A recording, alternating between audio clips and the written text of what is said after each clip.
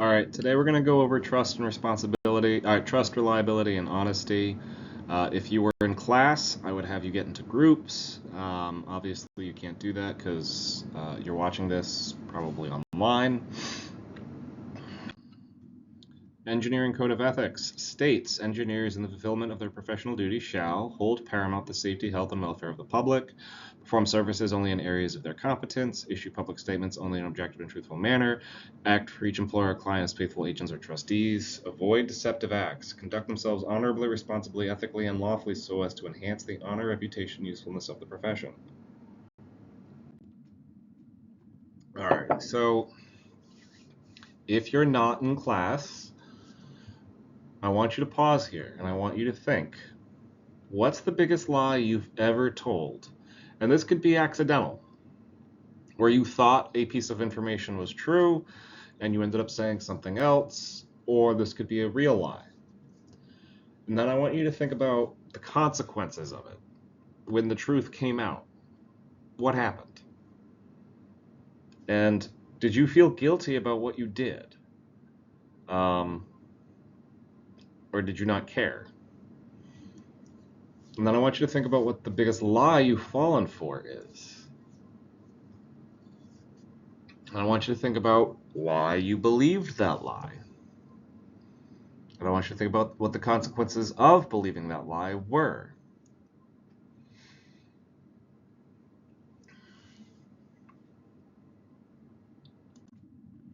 So, one of the big things, useful things that you can get out of this class is that you don't want new regulations. I am not an anti-regulation person, but I will say that some regulators go a little overboard, and some of the regulations are clearly not written by engineers, so they don't really mean what people think they mean, and that's frustrating. But we can't avoid regulations if we as engineers are dishonest. And so we need to show the general public, we need to show the regulators that they can trust us. So we're going to talk about a case. You're a controls engineer working on updates to an existing vehicle model.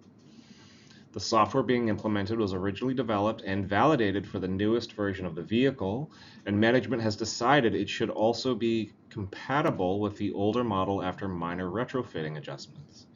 During testing, it becomes clear that the retrofit team did not fully validate their updates for the older model. As a result, the software occasionally receives conflicting inputs during extended operation, causing the system to behave unpredictably under certain conditions. So I want you to think about this. What do you do? One of your options is to raise the concern about the inconsistent system behavior even though management has already approved deployment and believes the issue to be minor. Or you trust management. If, or in either case, what level of additional testing or verification should be required before approving software integration on an existing model? Um, you're not in class, so at this point I would like you to pause. I want you to think about that, and I want an answer. Now, this is a simplified case of the Boeing 737 MAX. The software wasn't originally intended for the Supermax. And what started happening was the hardware in the Max didn't match the software that the software was meant for. And so the sensors started giving inputs from outside of the design controls. And the system didn't know what that meant. So the system thought the sensor was broken. And they say that it activated the anti-stall feature which would cause the plane to dip a little bit, but in these cases, what actually ended up happening is the plane went into a nosedive, and caused the engine to go at full speed. This ended up causing 2 plane crashes in a short period of time, killing 350 people. When asked why it was approved, the engineers said that management told them that this was the way to go, and they would take the heat in case something bad happened. Well, something bad happened, and now we have special regulations about what a company can self-approve and what it can't self-approve. And in this case, a software update to an airplane isn't something a plane company can do now. All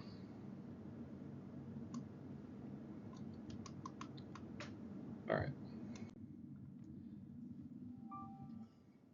So now I want you to think about a scenario where you're the controls engineer.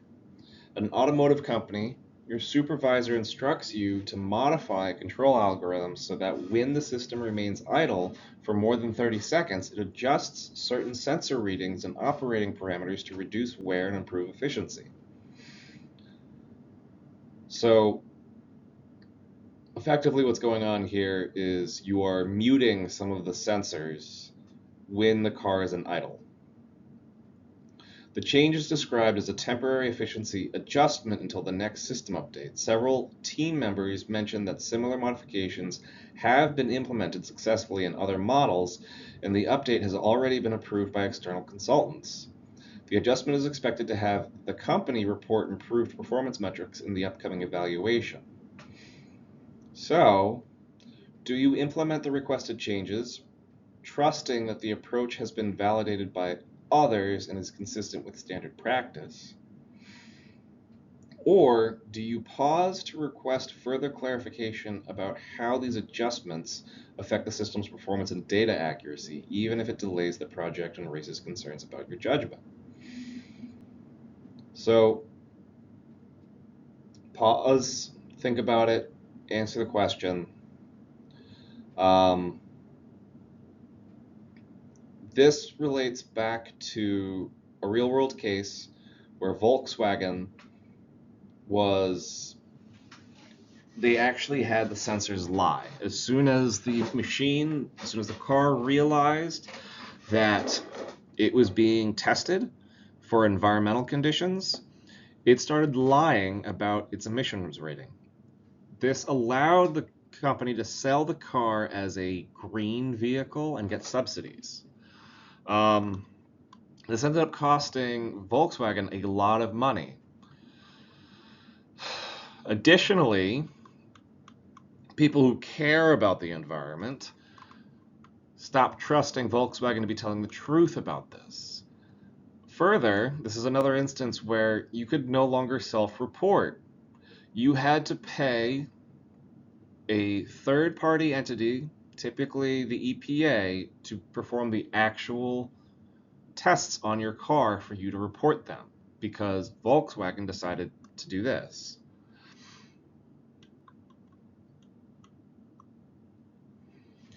Further, Volkswagen argued that everybody else was doing it and that it was industry standard. At what point does that become unethical to use as a justification for doing something? Because everybody else is doing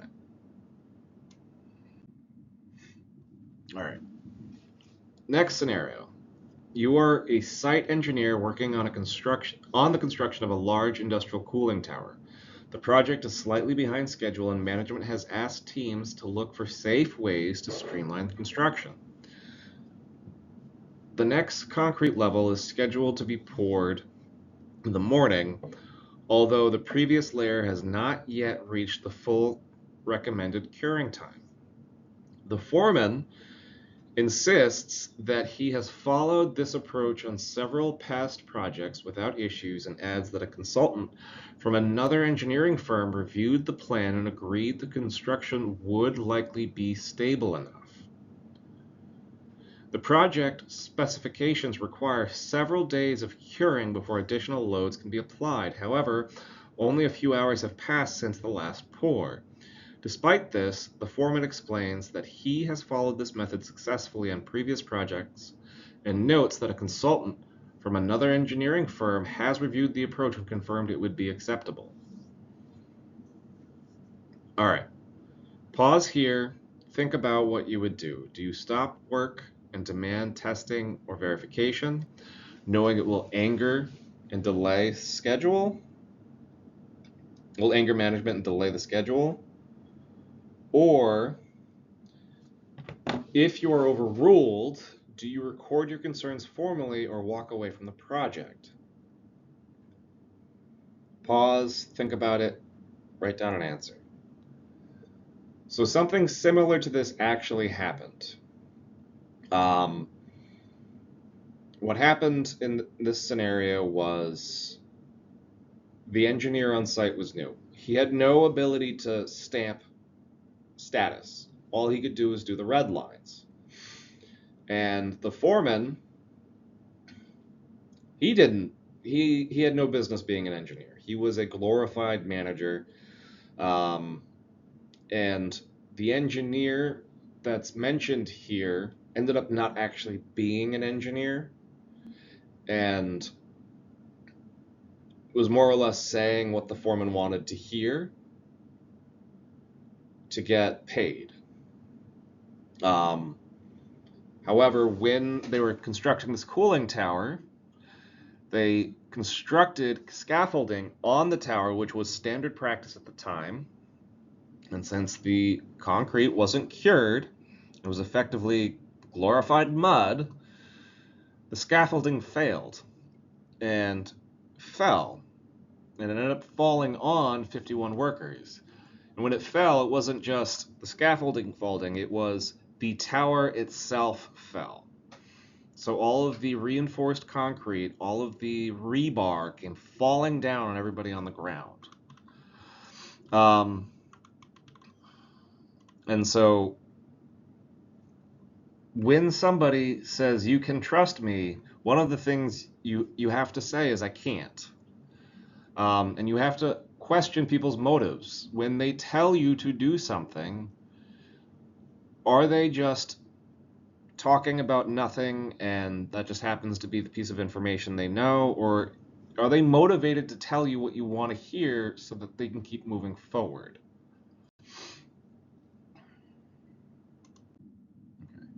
So you want to establish a trustworthy reputation. It sets the foundation for how the public perceives you and your company, and the way your company gets perceived by the public tends to be how your company gets perceived by your competition, by your future employers, all that stuff, right? So you want to establish that you and your company are trustworthy. And trust isn't just you always being honest. Trust is you can do what you promise you can do at the price you promise to do it at. So that means for you to also be competitive, you have to know what you're doing, you have to know what it costs, and you need to know how long things are going to take. However, if it turns out that you're not trustworthy, you're going to lose clients. That's the biggest problem you're going to run into. But if the public stops trusting you, that means the regulators are going to get involved. And that's going to make not just your life harder, it's going to make all of our lives harder. Trust is essential for avoiding unnecessary and burdensome regulations. Until you start reading the regulations and trying to apply them, you can't understand how nonsensical some of them are. They were clearly written by lawyers who didn't understand the physics, didn't understand the science, didn't understand the technology, and to comply with the requests a lot of times is nearly impossible, and you just have to kind of hope that the regulator doesn't come and ask about it. And so you must prioritize honest and reliable work.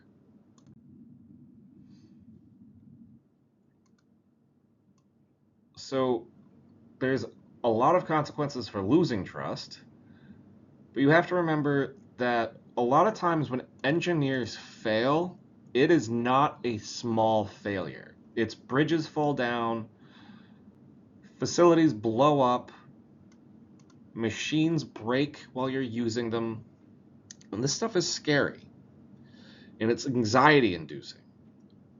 And you can't afford to let that happen.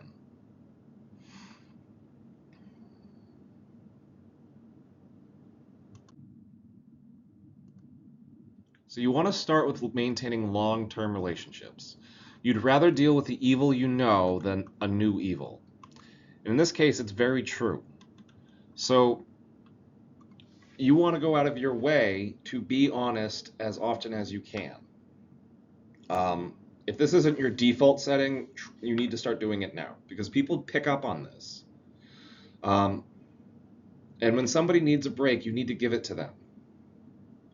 Look, if they're just screwing around, it's one thing. But if it's somebody you've been working with for years and suddenly somebody dies or the market's bad or anything, you need to give them a break.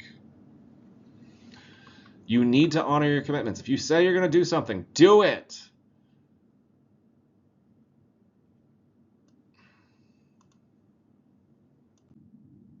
You need to be transparent. So that means you have to admit your mistakes. This is going to be one of the hardest things you do in life, admitting a mistake. However, if you can't admit your own mistakes, the people you work with aren't going to want to work with you. We've all met somebody who doesn't make mistakes, or as far as they're concerned, they don't make mistakes. You don't like them. You don't like spending time with them. You don't want to work with them. And when you're dealing with other engineers, you're dealing with construction workers, you're dealing with finance people, and they start doing these things, you're not going to want to spend time with them. But here's the thing. You're the one who gets to make the big decisions on the designs. And if they can't trust you, they start having the thought, this bridge is going to fall down. This facility is going to blow up. This plane's going to crash. So you have to acknowledge when you make a mistake. You have to be transparent. So that means you have to share your plans and progress with everyone involved ahead of time. You need to say what your expectations are to people. I'm expecting you to do this job. You, the construction worker, I'm expecting you to do 30 welds to get the project done. How long is that going to take you? They can't get to the site the first day and look at you and say, what am I supposed to do? That is not a discussion that should be happening. You should have already talked to all of the construction workers. This is even if you're the new guy. You should count all the welds. You should count all the work the electrician needs to do. And be ready to have that discussion with them. What are you doing? Can you show me? You should know what they need to do.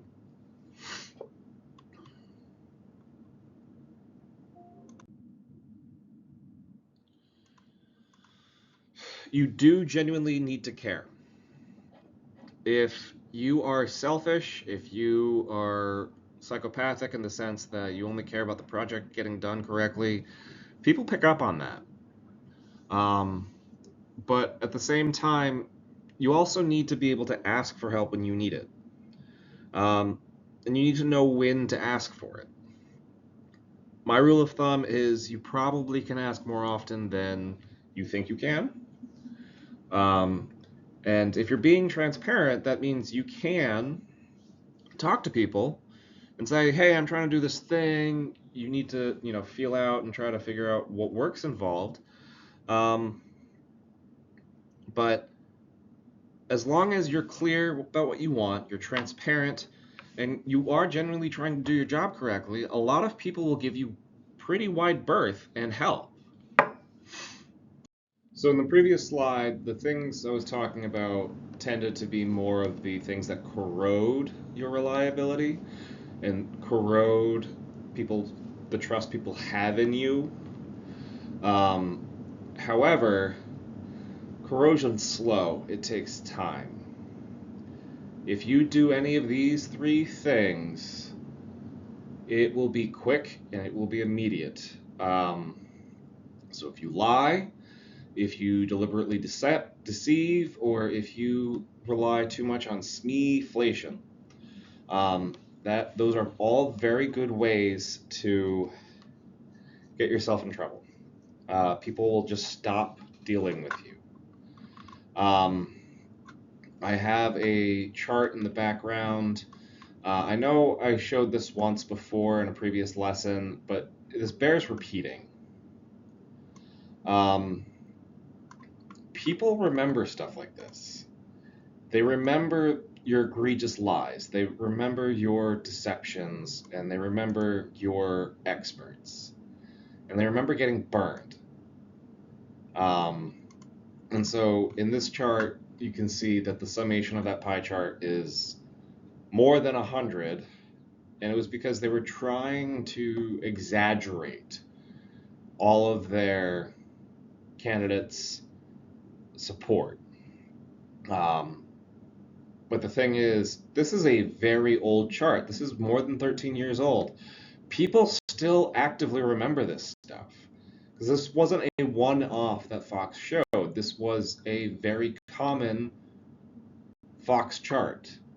And so when people talk about Fox News and its reliability, this is what comes to people's mind. All right, so partial truths.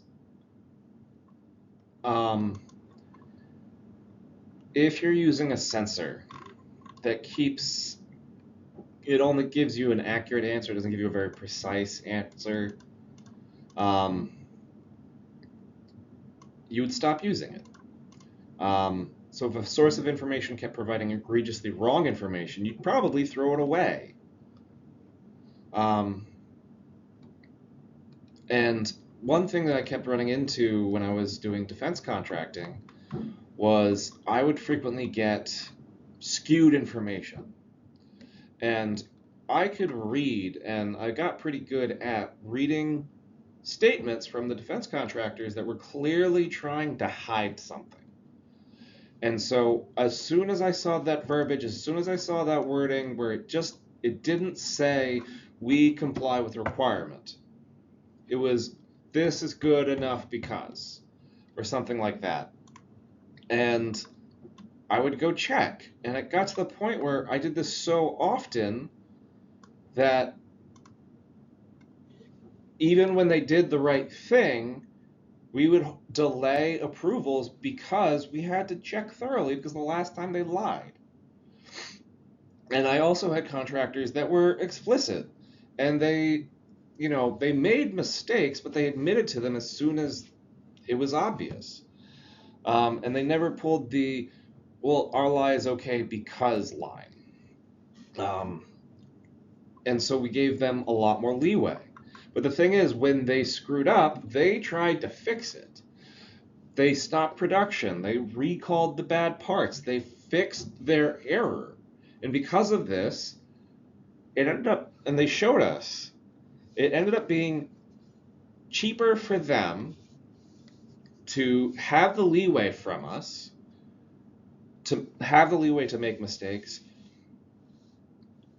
and pay for the mistakes when they happened, than it was to lie to us and have us be extra thorough. Because by us being extra thorough, there was a waiting cost. They had to wait longer. So you're better off just telling the truth and being trustworthy up front. I used to work at a compressor station that did a lot of welding. And at the compressor station, we had the X-ray tech show up. And the X-ray tech handed me a USB thumb drive and said, here you go, this is for you, you're the engineer on site, send this to your boss. Now, I didn't know what that meant at the time. So I was like, sure, whatever, this is mine, I'll take it to my boss, I don't care. And I emailed it to him. And the thing is, I still can't read X-ray of welds. I still can't do it. While at the site, and I didn't realize this at the time, but the X-ray tech knew something was wrong. But if he said, hey, Jack, something's wrong, the foreman and the project manager would have lost their mind and freaked out on him. So I start walking away. Then I hear the foreman and the project manager say out loud, show me the good welds. Only show me the good welds. So that's what the X-ray tech did. And then we had a big meeting. And at the big meeting, the X-ray tech was forbidden from showing up by the program manager. And my boss, Larry, said, hey, how many of the welds have failed and how many have passed? Now, the thing is, welds have a failure rate, and we were doing hundreds of welds. So it wasn't, the chances that it was zero was effectively zero. And so the foreman said, I haven't seen any failed welds. So then my boss says, oh, so they're all passing. To which the foreman and the PM said, yep, it's all passing. Well, it turned out that 10% of the welds had failed. There is an actual regulation saying that if 10% of the welds at a site are bad for natural gas, they all need to be redone. And the reason for this is at some point in time, some regulator realized that if 10% of the welds are showing failure, there's a high chance that the other welds are also bad, it's just being covered up. And so my boss showed that to the entire team. So the foreman who worked for one company and his bosses, and the PM and his company and their bosses, and then had to explain to them that we recorded that conversation. And they just lied to us, and this is a genuine safety concern. And they're willing to lie to us and you in a big meeting for no real gain besides to push schedule forward. After that, the foreman and the PM, who were two different people for two different companies, couldn't be trusted by their own company. I don't know what happened to them after that, but I doubt it was good things. Now, there's this idea of bias, self-deception, and poor due diligence. Poor due diligence is just not checking your work. I'm not going to get into that too much, but the other two, you're lying to yourself. And so you can't just say, I think or I feel something is good. You have to define some metric that you're using that's objective and say, I'm going to measure everything to this standard. And then, once you've done that, go do the measurements. And then share them. Yeah, you'll probably need to get buy-in to make sure those metrics are okay, but by doing this, you're less likely to lie to yourself.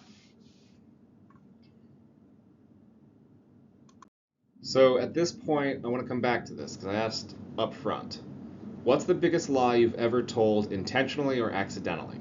Did it have consequences? How did you feel about it afterwards? Now that we've jogged your memory, I want you to pause here. I want you to read through these and tell me. What's the biggest lie you've fallen for? What are some examples of dishonesty in your own field or industry? So I'm going to give you some leeway here. You're students. You're not really in an industry yet. So if you want to be more personal about something you're working on, that's fine. If you want to talk about work, just remember that you might need to scrub the specifics, not say anybody's names. That's also fine.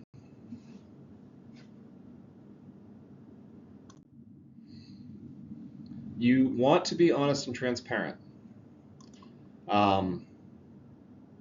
You don't want to run into the situation where somebody gets blindsided. And the thing here is, even if you're telling the truth the entire time, but you forgot to say something, or something wasn't clear, the way that gets internalized, the way that gets interpreted is that you were omitting information on purpose. Whether that's the case or not is of no consequence.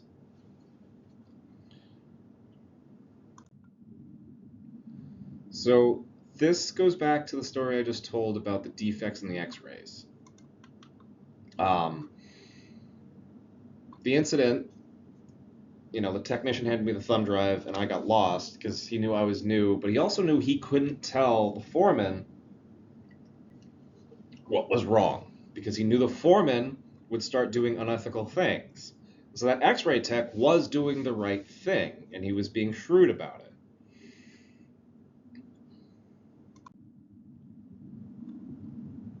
Now, something you might run into here, you or I, is falsifying data or failure to respect IP. Again, this is just lying, distorting the data, omitting information, everything we just said, but then you get into ignoring patents, sharing confidential information. That becomes an issue because people don't want to share information with you. We've all got relatives that if you told them anything and then said, this is a secret, don't repeat it, they're going to tell everybody. You don't want this to happen to you. You don't want to be pinned as the guy who shares too much. There's plagiarism and inappropriate attribution. So this is giving credit to somebody who did no work on a task. Plagiarism is pretty straightforward. So you want to ask yourself, why do I want to be trustworthy? Or where's the golden mean here? So you don't want to lie, right? You don't want to admit pertinent information, but you don't want to overshare, right? And so there is somewhere in the middle that you need to be, and unfortunately that is subjective and changes case to case. But what you do want to do is make sure that the next time you go apply to a position or bid on a contract, they view you as somebody they can trust. So I want you to think about, do you have any family members that can keep a secret and always ends up being the last one to know? So in my family, I tend to be considered the one that keeps secrets. Now, it's not that I do something bad and I hide it. It's I don't tell anybody because I don't know if they're going to repeat it or not. However, I can't tell my wife or my mother anything about what I do. And that's super frustrating. I can't go home and tell her about work. Imagine being in that position. Now, imagine having to work with that person. You have to then think about, I have to spend time here scrubbing what I tell this person because they might handle it so poorly that it ends up blowing up in my face. Or they're going to do something so dumb that I'll get in trouble. One thing that happened to me was the Navy base was running this test. It was a security test. They were going to do, it was called a live fire event, meaning they were shooting actual guns. And they said nobody who's a civilian is allowed to show up on this particular day. I was a new guy. I didn't think anything of it. Said, sure, whatever, not a big deal. So I told my wife, hey, don't tell anybody, but they're doing a live fire event on the Navy base, and I'm not allowed to go to work that day. So just so you know, that's happening. So she goes, okay, I can't tell anybody? And I say, can't tell anybody. So we go to her parents' house, and we get out of the car, and the first thing she says to her family is, they're doing a live fire event on the naval base. Doesn't that sound cool? And then I had to explain to her that anybody included her parents.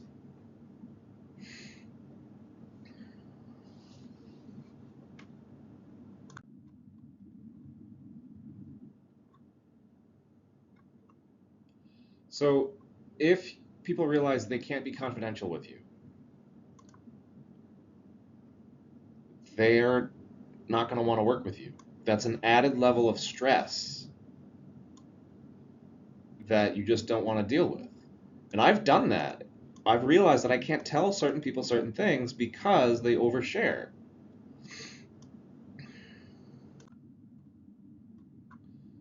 Now, when it comes to working with people and the information they give you, these are very common phrases you need to learn. Um, the one that has given me the most or the best benefit, basically it's easiest to say, people are least likely to get upset, is trust but verify. I will trust you right now. I will believe you in this meeting, but as soon as I leave this meeting, I'm going to go check.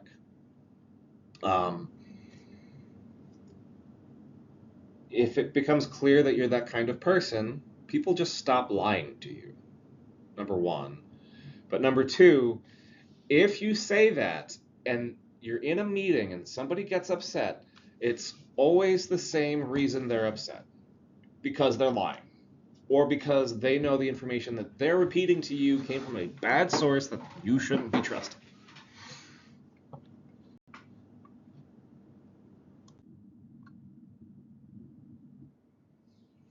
So remember, you're going to be one of the future leaders in your industry.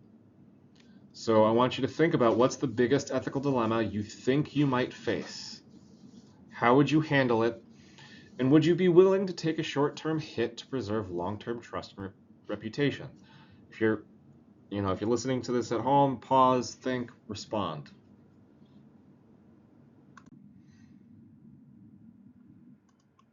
So now we're going to talk about contracting, consulting, and experts. Engineers work with all of these frequently.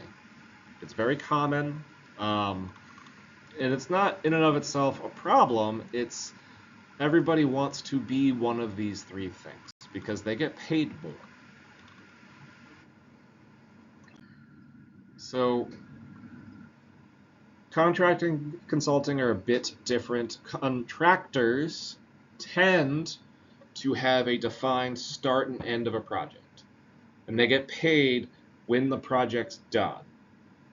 And so I regularly write proposals to the government saying, this is the job we're going to do, this is what we're going to do during that project, these deliverables you're going to pay us this amount for, and we'll say the project is officially done when these deliverables show up at your site.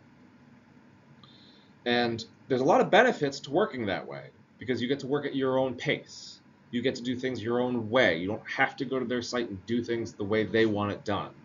Consultants tend to be older professionals near retirement, and they only do certain jobs because that's what they feel like doing because they're old and retired.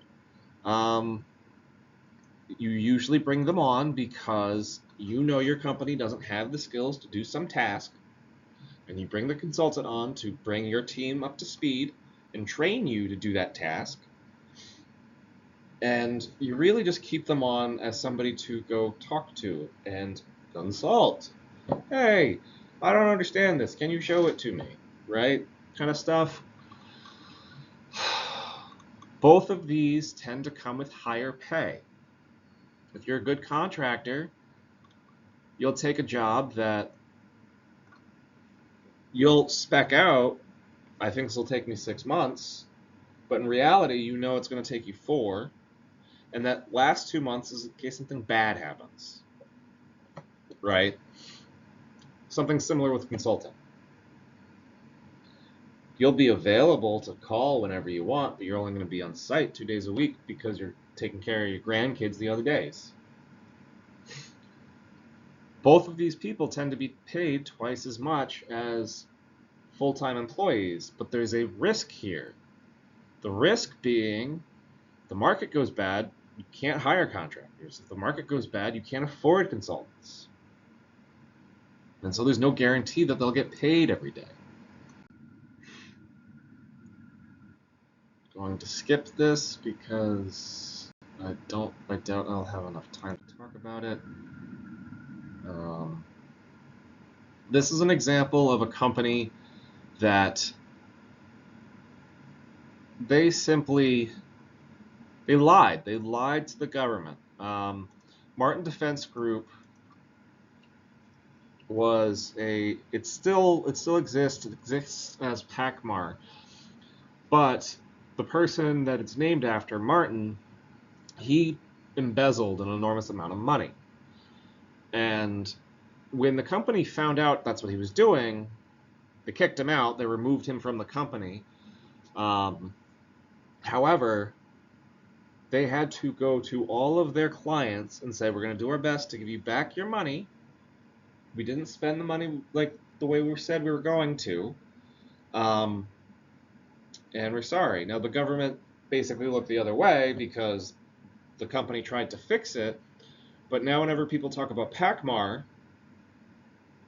all they think about is this guy Martin and how much money he stole. And you actually have to do the extra due diligence to make sure that they only take the money they're supposed to take.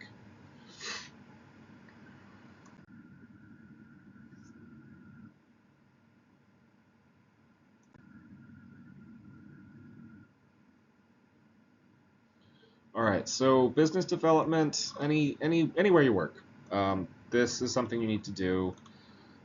Business development tends to represent about 10% of your revenue. That includes marketing, advertising, networking, professional associations, things like that.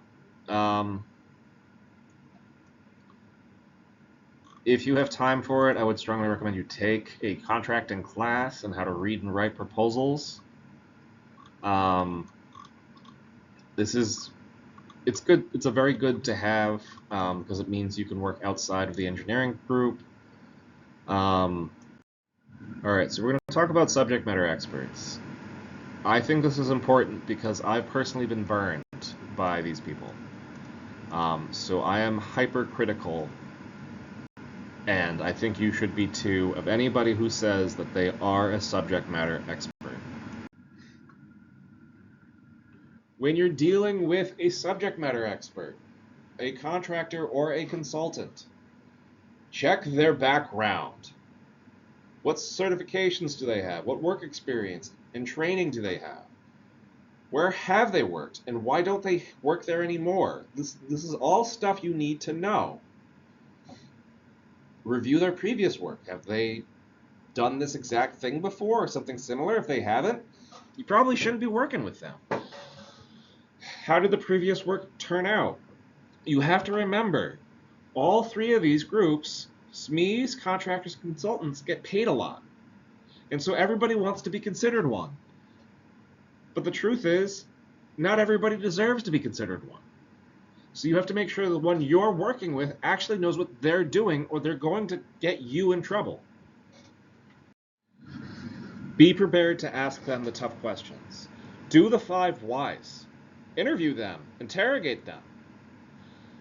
A genuine expert wants to talk about themselves. They want to talk about their experiences. They want to share that stuff. A fake expert doesn't want to talk about it. They just want the money and they want to get going. So when you ask detailed questions, why didn't you do this? Why'd you do it that way? Why didn't it work? Why did you fail? Because the truth is, real experts will have failed before. They want to talk about it because they want to share their experiences. But somebody who's lying to you won't want to do any of that because they don't want to look like they're not experts. A real expert is almost always confident in their skill set, and they don't mind talking about their failures. You want to look for consistency in their story.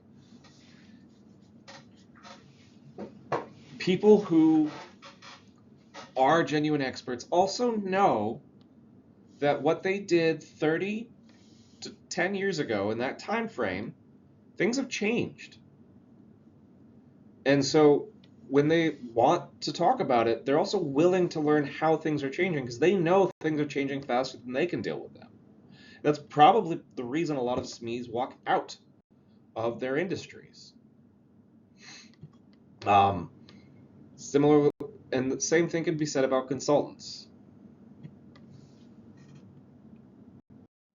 All right, so there's many red flags to look for when dealing with experts, um, but these are some of the bigger ones. If they act insecure, now the thing is, everybody's got some level of anxiety. Has some level of stress. What you need to worry about is if they have hidden insecurities. If you ask about something and they get super defensive, but there's no explanation as to why. If they keep talking about how big the company they worked for was and how they used to work for them and all this stuff, that doesn't mean anything really. People misunderstand how big companies actually work. Most big companies are just one large financing company with many, many subsidiaries. Um, so Boeing is one big finance company that owns a factory in Seattle and a bunch of sites across the US, and each of those individual sites still needs to make money. So just because somebody works for Boeing doesn't mean they know everything about planes. It just isn't how it works. They only know about the things they worked on. So they keep saying they worked for some big company. They worked for NASA. They're not space shuttle experts. They did some specific job for NASA. That task was specific to what they were doing, but they are not experts at whatever they were doing, unless they did it for 30 years, which they probably didn't. If they keep telling you how important they are, they probably aren't. People who have to tell you that they're important tend to not be important. Look for inconsistencies in lying. Look, nobody, people love to con. Con artistry is a thing, but you want to look for inconsistent stories. If they can't back up what they're saying with something tangible, something concrete, if the story keeps changing over time, the story keeps inflating, there's probably a problem. Um, we all have that friend who, every time they tell a story, the story gets grander. Well, fake SMEs tend to do the same thing. Now, a actual expert, like I said, wants to share their experiences and they want to learn.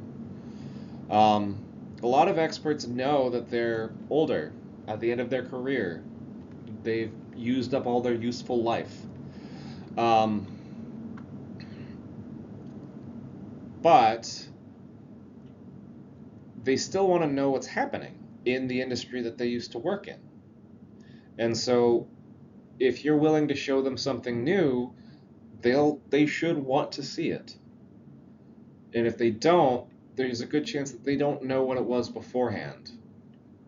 Um, a real subject matter expert knows that they're only an expert on what they personally saw. So there's going to be times where they have no experience with that. They should be willing to say that. I have no experience with that. I don't know. If they get super defensive and refuse to say, I don't know, there's probably a reason for it. They're probably lying. And they should be prepped for you to drill them and say, why? Most experts genuinely want to talk about what they used to do because they find it interesting. So doing the 5 whys shouldn't be a big deal. So we're going to quickly talk about a case study. I used to work on a $1 billion contract. It was multi-billions.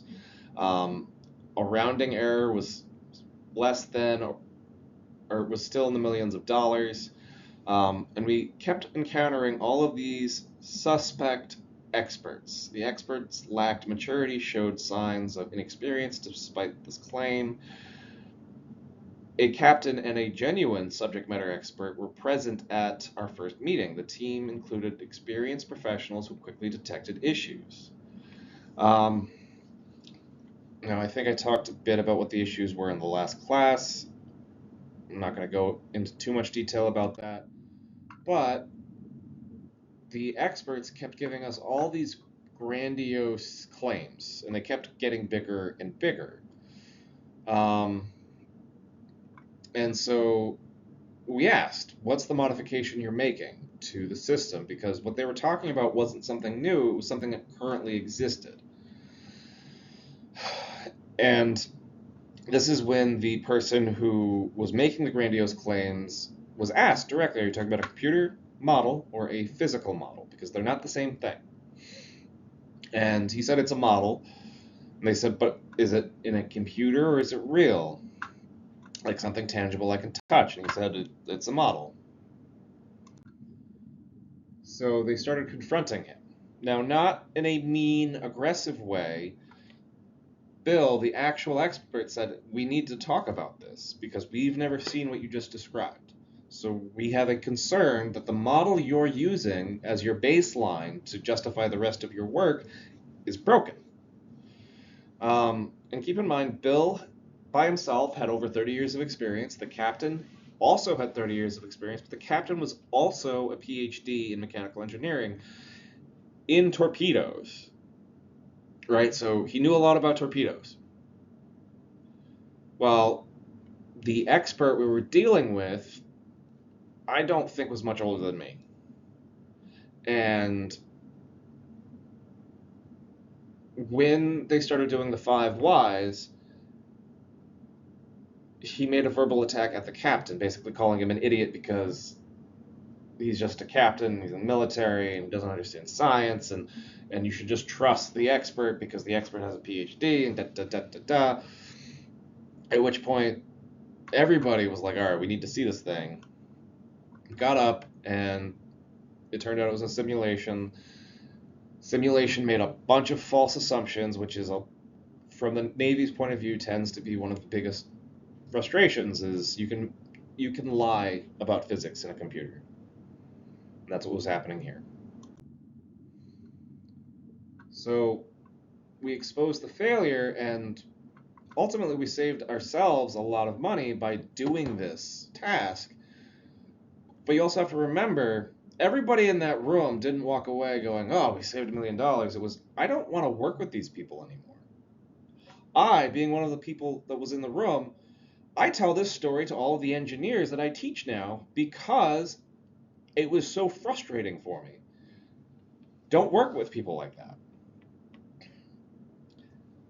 The Navy almost cut all contracts with these people because they were lying to the Navy, and the Navy didn't want to have to regularly fix this cost.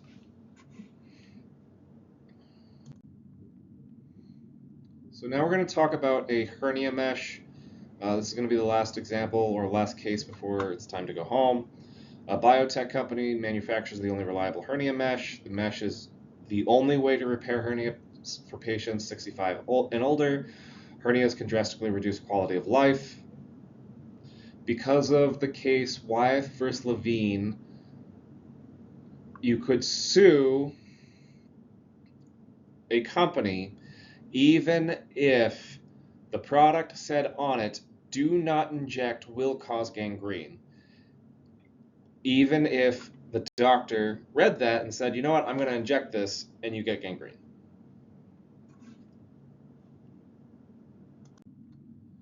So, the mesh tends to be pretty explicit about its use. Now, on the red part it says do not sew. The reason it says do not sew is because it's not strong enough to hold the needle and not strong enough to hold the thread. The orange section says do not cut, only sew. That's the section that's strong enough to hold the thread. However, there is something inside of it that, if it is exposed to the body, will cause the body to absorb harm, and in worst case scenarios cause an infection. The centerpiece is do not sew, so don't puncture at all. This is what it says on the product.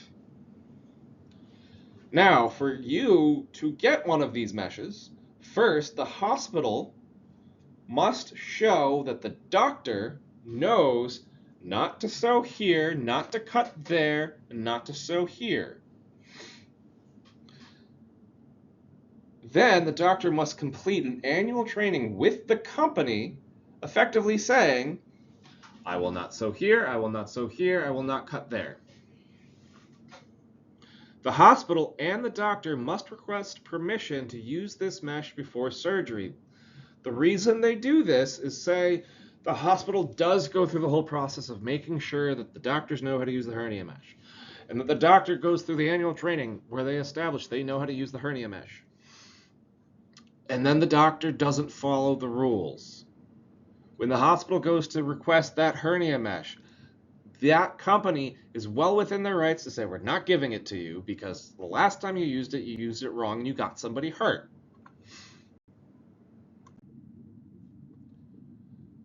Now, the lawsuits are starting to pile up. They're nuisance lawsuits because of this Wyatt versus Levine. It doesn't matter that you made that doctor go through all that training to know how to use this piece of equipment. You can still sue. Each lawsuit is seeking millions of dollars in damages.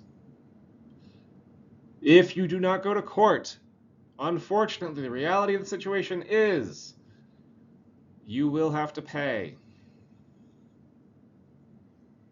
The company has won or settled all of the cases, but sometimes it's cheaper to settle out of court. Legal expenses has made the product unfavorable to manufacture. That is to say, they're thinking about discontinuing it because it's no longer making them money. So I want you to look at this from the company's point of view. What are their real options? Now, the company wants to keep making this product because by taking it off the market, they will deprive freedom and pleasure from their clients, the client being the patient. However, the company and its employees are effectively being dehumanized by the doctors because the doctor is saying, I'm not responsible for my own actions. Even though it says not to sew, not to cut, not to do this, that, and the other thing, I decided to do it anyway. And now the company is on the hook for a lot of those surgeries. So what can the company do? I want you to think about who the stakeholders are actually in this scenario. I want you to identify competing concerns. Why might the company point fingers at the doctor? Why would the doctor point fingers at the company? Why would the patient point fingers at the company instead of the doctor?